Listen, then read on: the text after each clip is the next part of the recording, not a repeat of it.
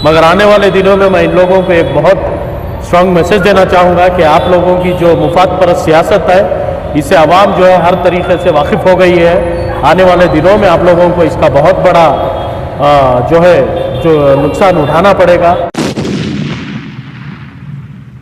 Dress code के बारे में, यानी कि एक औरत के लिबास के बारे में जो बताया गया है, आप लोग बेहतर तरीके से जानते हैं कि रिसेंटली इंटरनेशनल मीडिया में ये एक बहुत बड़ा हंगामा हुआ था। सिर्फ़ और सिर्फ मुसलमानों को ये एक पॉलिटिकल वोट बैंक की तरह इस्तेमाल किया जा रहा है सालों से। सर बताइए, आज 26 जनवरी के मौके पर आप क्या कहना चाहोगे? पहली बात तो मैं हिंदुस्तान के सारे शहरियों को HDPI की जानिब से जो है दिल की गहराइयों से आज यौम जमहूरियत रिपब्लिक डे की मुबारकबाद देता हूँ। अल्हम्दुलिल्लाह आज हमें फिर से एक बार हिंदुस्तान का तिरंगा जो हमारी जान, शान और हमारी आन है, इसे लहराने का एक मौका मिला।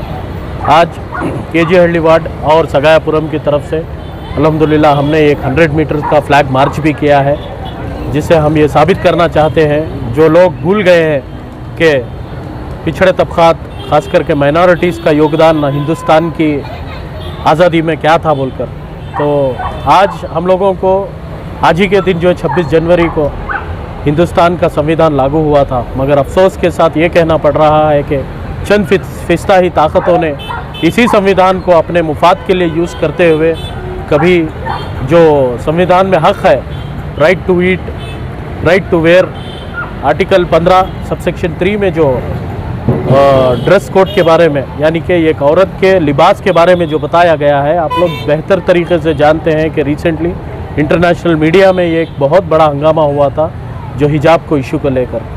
तो जो संविधान का हक़ है, उसी संविधान के ख़िलाफ़ ये फैसिज़म जो है अपने नापाक इरादे और नापाक पंजे जो है इसे हर तरीके से जुगड़ने की कोशिश कर रहा है। सर मगर फैसिज्म के कॉन्स्टिट्यूशन के अगेंस्ट में जो है ये वायलेशन हो रहा है, लेकिन फिर भी कहीं ना कहीं ये देखा जाता है कि जो मुसलमान के लीडर्स हैं, किसी ने आज तक इसके खिलाफ आवाज़ नहीं उठाई है। यही एक सबसे बड़ा अफसोस है जो 90 लाख की आज़ादी कर्नाटक में मुसलमानों की है होते हुए पहले तो हमारा रिप्रेजेंटेशन बिल्कुल नहीं के बराबर है। मगर अफसोस ये है कि जब भी कॉमन सिविल कोड की बात हो या हिजाब की बात हो, जो हमारा कॉन्स्टिट्यूशनल राइट हो, उसकी बात जब भी आती है तो अफसोस के साथ कहना पड़ता है कि कोई भी MLA जो है इसके ख़िलाफ़ आवाज़ उठाने के लिए ज़रूरी ही नहीं समझता।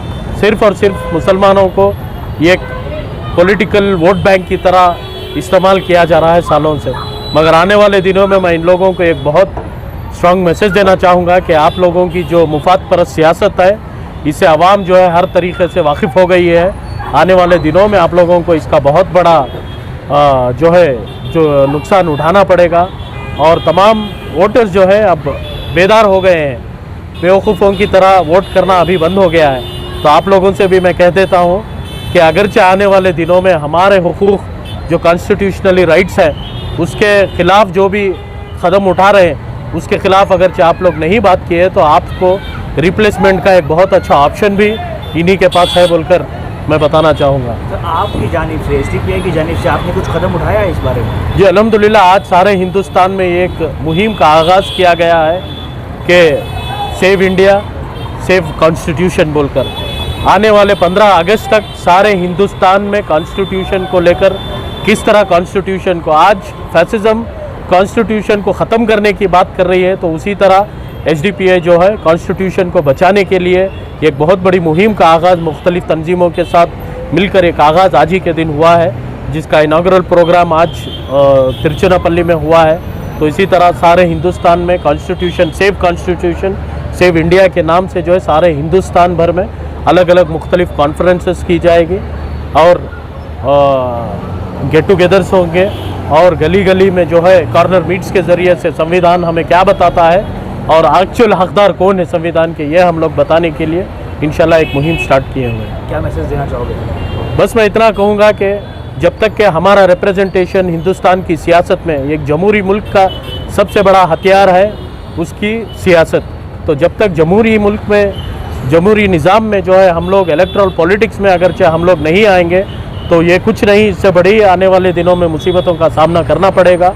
तो आप तमाम से मैं गुजारिश करूंगा कि पॉलिटिकली इन्वॉल्वमेंट जो आपका हक़ है इसमें बढ़ चढ़ कर हिस्सा लें बोलकर मैं एक आप लोगों को मैसेज देना चाहूँगा। और एक बहुत बड़ी ताकत उभर कर HDPA की शक्ल में हिंदुस्तान में बढ़ रही है। तो इन लोगों के साथ आप जुड़कर हिंदुस्तान की डेमोक्रेसी बचाने के लिए आप लोग हमारा साथ दे बोलकर मेरी बात को बताओ। अगर साथ दे दिया HDPI के लोगों को जी। तो आपको लगता है कि कुछ बदलाव आएगा? अल्हम्दुलिल्लाह बहुत से मुख्तलिफ पार्टियों को मौका देकर देखे हैं। आने वाले दिनों में सबसे बड़ा टास्क बेंगलुरु के लिए खासकर BBMP का है। आप लोग बेहतर जानते हैं ये एक वार्ड में, वार्ड नंबर 144 में मुजाहिद पाशा के जो हम जीते हैं अल्हम्दुलिल्लाह कंसिक्यूटिवली 3 साल के लिए हेल्थ कमेटी चेयरमैन दिया गया है सिर्फ एक सीट जीतने से। बहुत से लोगों को सवाल था एक सीट जीत कर आप क्या करेंगे बोलकर। तो यहाँ का जो मेयर इलेक्शन था उसमें एक बहुत बड़े पैमाने में हमारा रोल था। तो उसी तरह एक रोल पूरी जिम्मेदारी में निभाते हुए अल्हम्दुलिल्लाह बहुत बड़ा काम जो है बेंगलुरु सिटी के हेल्थ डिपार्टमेंट में बहुत बड़ा डेवलपमेंट हम लोग लाए हैं। तो इसी तरह इंशाल्लाह 10 से 12 सीट्स अगर HDPA के इस बार BBMP में आएंगे तो बहुत बड़ा एक डेवलपमेंट का काम इंफ्रास्ट्रक्चर को लेकर सबसे बड़ी जो है एजुकेशन और हेल्थ के ऊपर बहुत बड़ा काम हम लोगों को करना है। तो इंशाल्लाह इसके पीछे हम लोग काम करेंगे बोलकर मेरी बात बताना चाहूँगा।